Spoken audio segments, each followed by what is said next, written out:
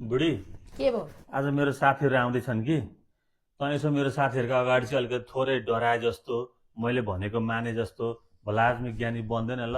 सक्दिनँ है म दुनियाँको अगाडि नाटक गर्दै बस्न। त्यति कुरा मान्दैन। सक्दिनँ भने नि मैले सक्दिनँ।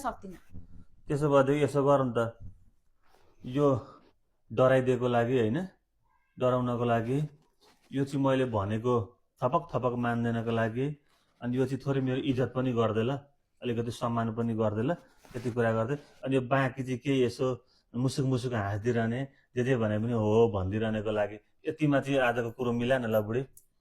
मैले मान्न चाहिँ, तर यो काम म 2 घण्टादेखि 3 घण्टा भन्दा पर गर्न सक्दिनँ नि। फेरि म सहन सक्दिनँ। 2-3 घण्टा तपाईँहरूको साथीलाई पठाइहाल्नु, होइन भने उग्र रूप देख्ला। एकदम उनीहरूको अगाडि चाहिँ मैले लास्टै गफ दिएको छ कि मेरो बुढी जे भन्थे मान्छे बस्यो भनेर मेरो इज्जत चाहिँ पुरै राख्दै ल बुढी। ल ल आजको त मिला, भोलिदेखि तैँले जे भन्छ म त्यही मान्छु। मेरो यो लामो नाकको चाहिँ आज इज्जत राख्दै बुढी। यति भएपछि ल बुढी, मेरो कति लु भयो। आफ्नै बुढीलाई पनि घुस खुवाउनु पर्छ यार। कति समय आयो, इज्जतै गर्दैनन्, मान्दैनन्, प्याच बोलिदिन्छन्। आफ्नो भनेमा साथीभाइहरूमा कत्रो ठुलो गफ दिएको हुन्छ।